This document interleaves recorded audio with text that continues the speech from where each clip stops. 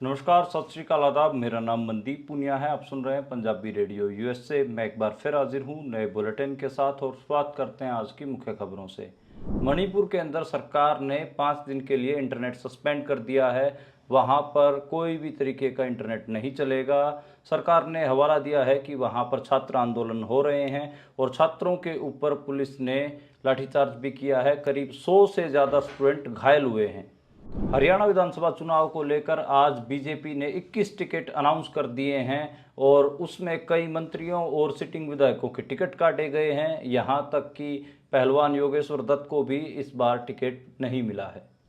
भारतीय पैरालंपिक खिलाड़ी 29 पदक जीतकर भारत वापस लौट आए हैं। एयरपोर्ट पर उनका जबरदस्त स्वागत किया गया। उनके इन पदकों के बदौलत पैरालंपिक्स में भारत ने 18वें नंबर पर फिनिश किया है, जबकि मेन ओलंपिक्स में भारत 71वें नंबर पर था।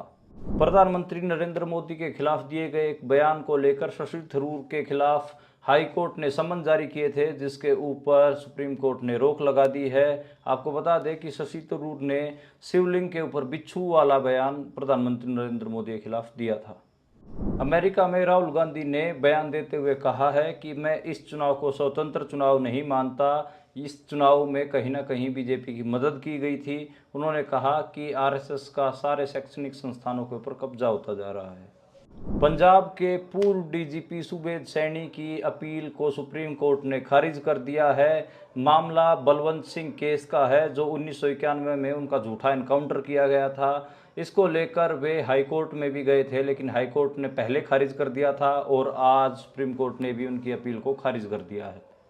भारत की सबसे बुजुर्ग महिला, जो कि पंजाब के फाजिल्का की रहने वाली थी, इंद्रोबाई, आज उनका निधन हो गया है। वे 118 साल की थी और 118 साल के होने के साथ साथ उन्होंने इस पिछले लोकसभा चुनाव में आखिरी वोट डाला था।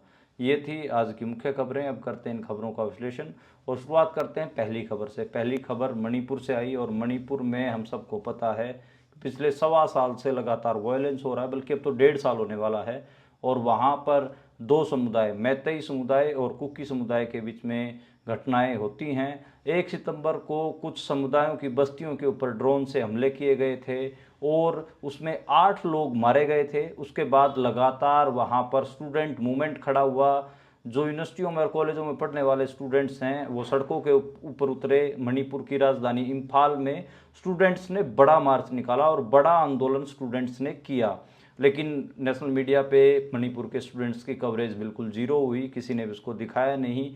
और फिर राज्य की पुलिस ने उन उन आंदोलनकारी स्टूडेंट्स को बड़े बर्बरता से कुचला। उनको ढूंढ ढूंढ के मारा गया, लाठियों से पीटा गया और गिरफ्तारियां भी हुई, हिरासत में भी लिए गए और करीब 100 से ज़्यादा स्टूडेंट घायल हुए हैं। इसके बाद स्टूडेंट्स लगातार मणिपुर पुलिस के प्रमुख को उनकी इस्तीफे की बात कह रहे हैं और कह रहे हैं कि उनको अपने पद से इस्तीफा देना चाहिए और उनके ऊपर, स्टूडेंट्स के ऊपर और समुदायों के बीच में कन्फ्लिक्ट डलवाने को लेकर उनके खिलाफ कार्रवाई होनी चाहिए। हालांकि इसको लेकर कोई बड़ी कार्रवाई देखी नहीं गई है, लेकिन स्टूडेंट्स का मूवमेंट और गुस्सा बहुत ज़्यादा फैल रहा है। इस करके सरकार ने वहाँ पर 5 दिन के लिए इंटरनेट शटडाउन कर दिया है और ये जो आदेश है ये आज 10 सितंबर से लागू हुआ है और 15 सितंबर तक मणिपुर में किसी भी किस्म का इंटरनेट बंद रहेगा। इंटरनेट शटडाउन के केस मणिपुर में हमने पहले भी देखे हैं, जम्मू कश्मीर में भी देखे हैं, पंजाब में भी देखे हैं, हरियाणा में भी देखे हैं। किसान आंदोलन तो होता है, उस समय भी ये इंटरनेट शटडाउन कर दिया जाता है और यही काम मणिपुर में किया गया है। 5 दिन के लिए अब वहाँ पर इंटरनेट शटडाउन रहेगा। मुझे लगता है कि स्टूडेंट्स के आवाज़ को ऐसे दबाया नहीं जा सकता। जो उनके इश्यूज़ हैं और जो वो डिमांड कर रहे हैं उनका एक ढंग से निपटारा होना चाहिए, उनकी बातें सुनी जानी चाहिए और उनके ऊपर पुलिस जिस हिसाब से बर्बर हमले कर रही है उसको भी रोका जाना चाहिए। उनके भी ह्यूमन राइट्स हैं। अगली खबर की ओर बढ़ें तो अगली खबर हरियाणा विधानसभा चुनाव को लेकर है और बीजेपी ने आज अपनी दूसरी सूची जारी कर दी है। आज कुल 21 कैंडिडेट्स की लिस्ट जारी की है। पहले 67 कैंडिडेट्स की लिस्ट जारी की गई थी और 2 सीटों को होल्ड कर लिया गया है। उनमें से एक फरीदाबाद एनआईटी की सीट है और दूसरी महेंद्रगढ़ की सीट है। इन 21 की जो लिस्ट आई इसमें बहुत सारे पूर्व मंत्रियों मंत्रियों की और सिटिंग विधायकों की टिकटें काटी गई है। इवन पहलवान योगेश्वर दत्त की भी टिकट काट दी गई है, वो बड़ौदा से चुनाव नहीं लड़ रहे। लेकिन दागदार नेता बीजेपी के मनीष ग्रोवर रोहतक से चुनाव लड़ रहे हैं। हम सबको पता है कि उनकी साल 2016 में जब जाट आरक्षण आंदोलन हुआ, उस समय भी उन्होंने दो समुदायों को लड़ाने की कोशिश की थी। उसके अलावा करप्शन के भी चार्जेस उनके ऊपर रहे। किसान आंदोलन में उन्होंने महिलाओं को अभद्र इशारे भी किए थे, लेकिन बीजेपी ने महिलाओं को अभद्र इशारे करने वाले नेता को ही टिकट से नवाजा है। और महेंद्रगढ़ से जो पूर्व मंत्री हैं और बीजेपी के जो कभी प्रदेश अध्यक्ष रहे रामविलास शर्मा, उनकी टिकट अनाउंस नहीं की जा रही है। उन्होंने धमकी देते हुए कल नामांकन पत्र दाखिल करने की बात कही है और हो सकता है कि कल वो जाके इंडिपेंडेंट चुनाव लड़ने की भी घोषणा कर दें। अगली खबर की ओर बढ़ते हैं और जो अगली खबर है वो पैरा ओलंपिक खेल जो पेरिस में हुए थे उनके समापन को लेकर है। और भारत के 29 मेडल आए हैं, जिसमें से 7 गोल्ड मेडल हैं। और आज दिल्ली एयरपोर्ट पर जो पेरिस पैरालंपिक्स के खिलाड़ी थे वो वापस लौटे, उनका भव्य स्वागत किया गया। देश के बहुत अलग अलग कोनों से बहुत सारे लोग आए हुए थे, ढोल नगाड़ों से उनका स्वागत हुआ। और पैरालंपिक्स में भारत 18वें नंबर पर रहा है, जबकि मेन ओलंपिक्स जो गेम हुए थे उसमें 71वें नंबर पर था और भारत के 6 मेडल आए थे, जिनमें से 1 सिल्वर मेडल था और 5 ब्रॉन्ज मेडल थे। तो एक हिसाब से जो हम स्पेशली एबल्ड जो लोग हैं उन्होंने भारत का सर अगर मैं कहूँ तो ऊंचा किया है, पैरालंपिक्स में बहुत अच्छा प्रदर्शन किया है। और मेन ओलंपिक्स में तो भारत फिसड्डी साबित हुआ था। कोई अच्छी अपने से आगे तो पाकिस्तान भी था, क्योंकि उनका एक गोल्ड मेडल आया था, लेकिन भारत का कोई सिक्का नहीं चल पाया। भारत एक भी गोल्ड मेडल इस बार नहीं जीत पाया था। अगली खबर की ओर बढ़ें तो जो अगली खबर है वो कांग्रेस नेता जो कांग्रेस के सांसद हैं शशि थरूर, उनके खिलाफ दिल्ली हाई कोर्ट ने एक सम्मन जारी किया था, उसको आज सुप्रीम कोर्ट ने खारिज कर दिया है। सम्मन किस बात का है? सम्मन है प्रधानमंत्री नरेंद्र मोदी की मानहानि का। प्रधानमंत्री नरेंद्र मोदी के ऊपर द पैराडॉक्सिकल प्राइम मिनिस्टर नाम की एक किताब शशि थरूर ने लिखी थी और वो बेंगलोर में एक लिटरेचर फेस्टिवल में उस किताब के ऊपर बात रख रहे थे। उस बातचीत के दौरान शशि थरूर ने प्रधानमंत्री नरेंद्र मोदी को शिवलिंग के ऊपर एक बिच्छू की बात कही थी कि प्रधानमंत्री नरेंद्र मोदी शिवलिंग के ऊपर एक बिच्छू हैं। इसके खिलाफ केस दर्ज किया गया था और मानहानि का केस हालांकि प्रधानमंत्री नरेंद्र मोदी ने नहीं किया था, लेकिन उनके जो समर्थक हैं उन्होंने केस किया था। इसको लेकर दिल्ली हाईकोर्ट ने सम्मन जारी कर दिया था और सुप्रीम कोर्ट ने अब उस सम्मन पर रोक लगा दी है। तो मेरे हिसाब से जो बोलने की आज़ादी है उसके ऊपर तो हमला है ही, और इसको समझा जाना चाहिए कि स्टेटमेंट तो कोई भी हो सकती है और किसी भी चीज़ थियराइज तो करना ही पड़ता है चीज़ों को। तो अगर नरेंद्र मोदी कोई बहुत बड़ा कल्ट फिगर थे तो उसको थियराइज भी तो किया जाएगा कि वो किस किस्म का कल्ट फिगर थे। तो मुझे उसमें कोई बुराई नज़र नहीं आती। ये सुप्रीम कोर्ट का अच्छा फैसला है कि उन्होंने सम्मन के ऊपर रोक लगा दी है। अगली खबर की ओर बढ़ें तो अगली खबर ये है कि प्रधानमंत्री नरेंद्र मोदी कहीं ना कहीं जो हरियाणा विधानसभा चुनाव हैं उसको लेकर थोड़े चिंतित नज़र आ रहे हैं और उन्होंने अब 7 रैलियां करने का ऐलान किया है। शायद 15 सितंबर से वो अपने चुनाव अभियान की शुरुआत करेंगे। अभी शेड्यूल प्रधानमंत्री नरेंद्र मोदी का आना है, जैसे ही आएगा हम उसके बारे में बातचीत करेंगे। और अमित शाह भी हरियाणा में रैलियां करेंगे।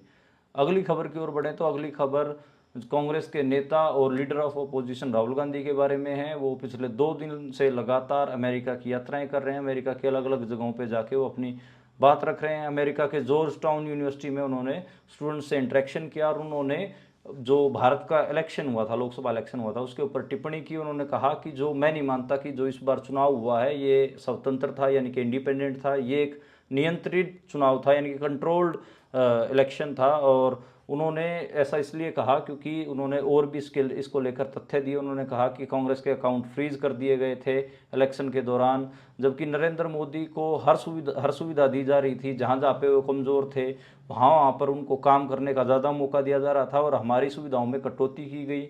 इसके अलावा जो उन्होंने आरएसएस के ऊपर एक टिप्पणी की कि आरएसएस का हर भारतीय संस्थान के ऊपर कब्जा हो गया है। उन्होंने ईडी, सीबीआई इन सब की भी बात की कि एजेंसियों को प्रधानमंत्री नरेंद्र मोदी ने बरता विपक्ष के नेताओं को डराने के लिए। तो एक लंबी फेहरिस्त थी और इसको लेकर जो आरएसएस है, जो बीजेपी है, वो सवाल खड़े कर रही है। इसके अलावा प्रधानमंत्री नरेंद्र मोदी के ऊपर बोलते हुए राहुल गांधी ने ये भी कहा कि उनकी सरकार 2-3 उद्योगपतियों की सरकार है, 2-3 बड़े इंडस्ट्रियलिस्ट उनकी सरकार को चला रहे हैं, जिसके कारण ओबीसी और दलितों के साथ धोखा हो रहा है। अगली खबर की ओर बढ़ें तो अगली खबर हमास संचालित प्रशासन ने दी है। गजा पट्टी में इजराइल के ताज़ा हवाई हमलों के कारण वहां पर 40 लोगों की मौत हुई है और वहां पर राहत कार्य जारी हैं। जो एक खान यूनिस का इलाका है, यहाँ पर हवाई हमले हुए हैं और इसमें 40 लोग जो कि हमास के एक हिसाब से बासिंदे थे और हमास प्रशासन के नीचे साथ रह रहे थे, तो उनकी मौत होने की खबर है। और जो इजराइल का और फ़लस्तीन का जो संघर्ष है वो लगातार जारी है, लेकिन इसको लेकर कहीं ना कहीं अब इंटरनेशनल कम्युनिटी में एक साइलेंस दिख रहा है। इंटरनेशनल कम्युनिटी पीस की बात भी करती हुई नहीं दिख रही और ना ही इस युद्ध को रुकवाने की बात अब हो रही है। जम्मू कश्मीर में विधानसभा चुनाव होने वाले हैं 18 सितंबर, यानी कि सिर्फ 8 दिन बाद चुनाव होने जा रहे हैं। और वहाँ पर फारूक अब्दुल्ला ने बयान देते हुए कहा है कि हमें बेशक कई साल लग सकते हैं, लेकिन हम आर्टिकल 370 को ज़रूर बहाल करेंगे। आर्टिकल 370 के ऊपर कल मैंने अपने बुलेटिन में भी टिप्पणी की थी। मैंने सिर्फ अपने बुलेटिन में टिप्पणी नहीं की थी, जम्मू कश्मीर के बहुत सारे चुनाव विश्लेषणों में मैं बैठा था, टीवी डिबेट्स में और कई जगह। वहाँ पे मैंने बोला था कि फारूक अब्दुल्ला जो गुपकर अलायंस, जो उनके घर के नाम है गुपकर, और गुपकर अलायंस में जो बातें हुई थी उनको चुनाव के दौरान नहीं बोल रहे हैं, उनको महंगा पड़ेगा। और इंजीनियर राशिद और उनके जैसे जो लोग हैं, जो इंडिपेंडेंट वॉइसेस हैं, उनको मौका मिलेगा। तो आज तुरंत जो फारूक अब्दुल्ला, उन्होंने अपनी लाइन को ठीक किया है और उन्होंने ये बात कही है कि अब वो 370 को बहाल करने के लिए, आर्टिकल 370 को बहाल करने के लिए चाहे कितना भी टाइम लगे उसके लिए काम करेंगे। तो एक हिसाब से पॉलिटिकल लाइन जो फारूक अब्दुल्ला और महबूबा मुफ्ती करेक्ट नहीं ले रहे हैं, तो जम्मू कश्मीर में ये इशू बन रहा है और इशू बनने के कारण उनको अपनी लाइनें क्लियर करनी पड़ रही हैं। तो इसको पॉलिटिकली जो वो एक हिसाब से झालमेल करने की कोशिश कर रहे हैं, घालमेल करने की कोशिश कर रहे हैं, उसके खिलाफ वहाँ पे भी लोगों को गुस्सा है कि भैया अब तो इतना बड़ा काम हो गया है जम्मू कश्मीर के साथ, अब तो आपको क्लियर स्टैंड लेने चाहिए। अगली खबर की ओर बढ़ते हैं और अगली खबर हरियाणा में एक सीट है पेहोवा। पेहोवा बेसिकली सिखों की सीट है और वहाँ से बीजेपी को अपने कंवलजीत सिंह हजराना नाम के बंदे की टिकट वापस लेनी पड़ रही है। और कंवलजीत सिंह हजराना ने कहा है कि उन्होंने खुद ये टिकट लौटाई है। मामला क्या है, विवाद क्या है? कंवलजीत सिंह हजराना बेसिकली किसान आंदोलन के दौरान किसान आंदोलन में शामिल थे। उन्होंने नरेंद्र मोदी को दुनिया का सबसे निकम्मा प्रधानमंत्री कहा था। उनकी वो किसान आंदोलन की वीडियो चला दी गई। किसान आंदोलन के खातों ने जो ट्विटर अकाउंट है उनको खूब वायरल किया। इसके कारण बीजेपी को थोड़ी शर्मिंदगी महसूस हुई और उन्होंने उसकी टिकट वापस ले ली है। इसके अलावा जो कंवलजीत सिंह हजराना है, उनके प्रधानमंत्री नरेंद्र मोदी के ऊपर कमेंट तो हैं ही हैं, साथ में पाकिस्तान की जो आर्मी है उनके साथ भी उनके फ़ोटो वायरल हुए। इसके बाद और एक हिसाब से उनके ऊपर जो बीजेपी के लोग ही थे वही उनको खालिस्तानी कहने लग गए और अब उनकी टिकट काटी गई है।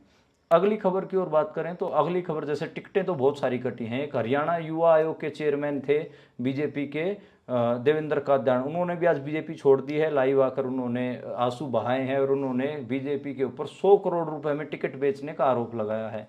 वहाँ से जो देवेंद्र कौशिक को टिकट दी गई है, जो कि पूर्व सांसद रमेश कौशिक के भाई हैं। इसके अलावा देवेंद्र कादयान ने कई बातें उस लाइव में कही हैं। देवेंद्र कादयान कौन है? देवेंद्र कादयान एक नौजवान है जो बेसिकली मन्नत ग्रुप ऑफ होटल्स है, जो मन्नत हवेली आप देखते हैं जरनैली सड़क जीटी रोड से आप जब पंजाब की तरफ बढ़ते हैं दिल्ली से, तो बीच में बहुत सारे मन्नत होटल्स आते हैं, ढाबे आते हैं। सेम ऐसे ही बहादुरगढ़ वाले रास्ते से जब आप डब वाले बॉर्डर की तरफ बढ़ते हैं NH10 पे, उस पर भी बहुत सारे मन्नत हवेली के नाम से ढाबे आते हैं। मन्नत हवेली ग्रुप उसके मालिक हैं ये, और खासा उनके पास पैसा है और पिछले कई साल से अपनी विधानसभा कॉन्स्टिट्यूंसी में पैसे बांट रहे थे, लगा रहे थे, लेकिन अब उनको बीजेपी ने टिकट से मुनकर कर दिया है। तो उनका रोना निकला और सोशल मीडिया पर नासू बहाए।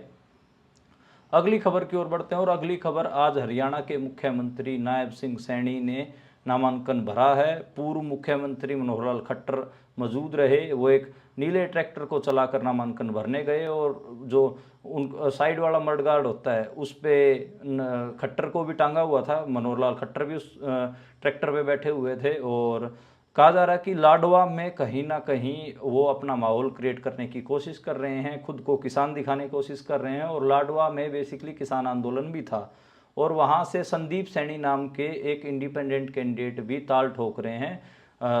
इनके खिलाफ, नायब सिंह सैनी के खिलाफ। अगर संदीप सैनी भी चुनाव लड़ते हैं तो नायब सिंह सैनी के लिए लाडवा सीट निकालना मुश्किल हो सकता है। अगली खबर की ओर बढ़ते हैं और अगली खबर महेंद्रगढ़ से। रामविलास, पूर्व मंत्री और बीजेपी के स्टेट प्रेसिडेंट रामविलास ने यह एक झटका दिया है और कहा है कि वो कल नामांकन भरने जाएंगे, जबकि उनकी सीट को होल्ड कर रखा है। और अगली खबर पंजाब से। पंजाब के पूर्व डीजीपी सुमेध सिंह सैनी को सुप्रीम कोर्ट से झटका लगा है। बलवंत सिंह मुल्तानी हत्या केस में उनकी अपील को, याचिका अपील को खारिज कर दिया है और हाईकोर्ट में भी उनकी अपील खारिज की जा चुकी है। आपको साल 1991 में वापस लौटना पड़ेगा। बलवंत सिंह मुल्तानी नाम के एक शख्स थे, सिख केसधारी थे, और उनके पिताजी एक आईएएस होते थे, और उनको जो पंजाब पुलिस है और जो उस टाइम पे एसएसपी चंडीगढ़ होते थे ये सुमेध सिंह सैनी, तो सुमेध सिंह सैनी के ऊपर के काफिले के ऊपर हमला हुआ था जिसमें उनके 4 पुलिस वाले भी मारे गए थे। तो सुमेध सिंह सैनी ने उस टाइम पे पंजाब के नौजवानों को उठवाना शुरू कर दिया। उनमें से इस बलवंत सिंह मुल्तानी को भी उठाया गया। इनको पहले टॉर्चर किया गया और पुलिस टॉर्चर कर करके इनको मार दिया गया। इनके जो पिताजी थे बलवंत सिंह मुल्तानी के, उन्होंने केस दर्ज करवाया, और वो केस इतना आसानी से दर्ज नहीं हुआ। वो केस दर्ज होता है साल 2020 में, और साल 2020 में वो फाइनली केस जाके दर्ज हुआ, और दर्ज होने के बाद अब डीजीपी सुमेध सैनी के ऊपर कार्रवाई हो सकती है। लेकिन डीजीपी सुमेध सैनी भागते फिर रहे हैं। डीजीपी सुमेध सैनी को अकालियों ने भी खूब बचाया है, हम सबको पता है। और श्री अकाल तख्त साहिब से जो चिट्ठी निकली है उसमें सुमेध सैनी का भी जिक्र है कि अकाली दल के नेता जवाब दें कि भाई इस आदमी को क्यों बचाया गया। सिख नौजवानों को मारने, उनके झूठे एनकाउंटर करने, ऐसे कई सारे आरोप जो सिख पॉलिटिक्स है वो सुमेध सैनी के ऊपर लगाती रही है। सिख सेंटीमेंट भी उनके खिलाफ है, और अब कोर्ट भी उनके ऊपर कार्रवाई की बात कह रहा है। तो मुझे लगता है कि उनके ऊपर कार्रवाई तो होनी चाहिए। अगर बलवंत सिंह मुल्तानी जो हत्या केस है अगर वो सही है तो उनके ऊपर कार्रवाई तो होनी चाहिए। अगली खबर की ओर बढ़ते हैं, और अगली खबर पंजाब के खन्ना से आई। वहाँ पर आम आदमी पार्टी के किसान सेल के नेता त्रिलोचन सिंह के ऊपर को गोलियां चला के उनको मार दिया गया।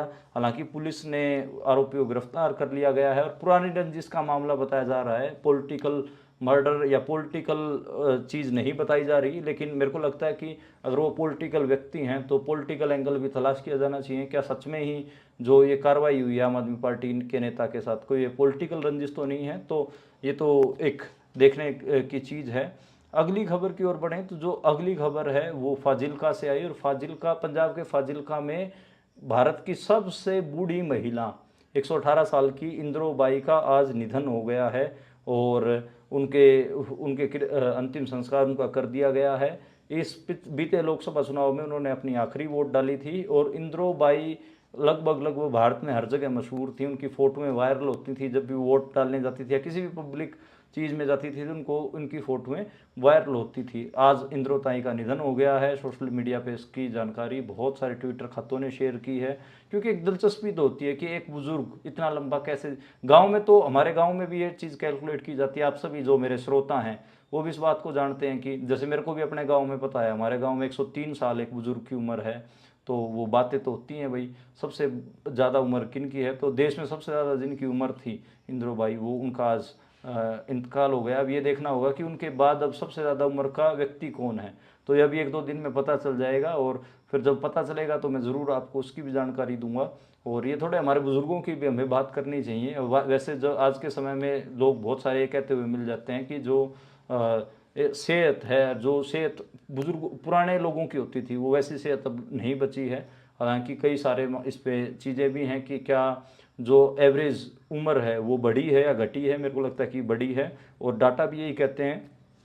तो इसको लेकर कभी आराम से बात भी करेंगे बुज़ुर्गों के बातचीत को लेकर। हरियाणा पंजाब से मैं आपको इसके ऊपर कुछ इंटरव्यू नुमा पुराने बुज़ुर्गों से बातचीत की मैं आपके आगे ज़रूर पेश भी करूंगा। तो आज के लिए इतना ही। ये थी आज की मुख्य खबरें और उनका विश्लेषण। कल दोबारा मुलाकात होगी नई खबरों के साथ, नए बुलेटिन के साथ। आप देखते और सुनते रहिए पंजाबी रेडियो यूएसए।